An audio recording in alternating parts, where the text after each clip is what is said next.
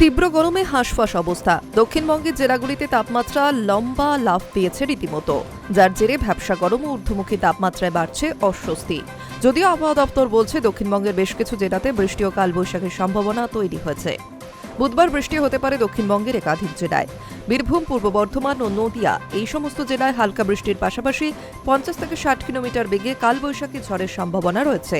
ভিজতে পারে পশ্চিম বর্ধমান, পুরুলিয়া, বাঁকুড়া, হুগলি, মুর্শিদাবাদ ও পশ্চিম মেদিনীপুরও।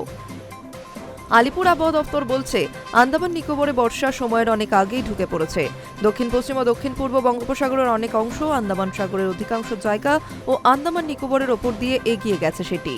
আগামী ২ থেকে ৩ দিনের মধ্যে মৌসুমী বায়ু আরও কয়েকটি অংশে প্রভাব বিস্তার করবে। তবে বাংলায় বর্ষা কবে আসবে তা এখনও স্পষ্ট নয়। রাজ্যে দক্ষিণ পশ্চিম মৌসুমী বায়ু এন্ট্রি নেওয়ার সময় এখনও আসেনি বলেই জানাচ্ছে হাওয়া অফিস।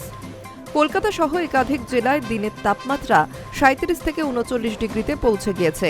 এদিকে বাতাসে জলীয় বাষ্প বেশি থাকায় গুমোট অস্বস্তি রয়েছে। আবহাওয়া দপ্তর বলছে দক্ষিণবঙ্গের কোথাও কোথাও হালকা বৃষ্টি বা ঝড়ের সম্ভাবনা থাকলেও গরম ও অস্বস্তি বজায় থাকবে, কারণ দক্ষিণবঙ্গে এই মুহূর্তে ভারী বৃষ্টির সম্ভাবনা নেই বললেই চলে। উত্তরবঙ্গে ঝড় বৃষ্টি পিছু ছাড়বে না। বুধবারেও ভিজতে পারে অধিকাংশ জেলা। দার্জিলিং, কালিম্পং, আলিপুরদুয়ার, জলপাইগুড়ি ও কোচবিহার সহ সব জেলাতেই বৃষ্টির সম্ভাবনা। এই সব জেলাগুলিতে একই ধরনের বৃষ্টি চলবে। দমকা হওয়ার গতিবেগ ঘন্টায় ৪০ থেকে ৫০ কিলোমিটার হতে পারে।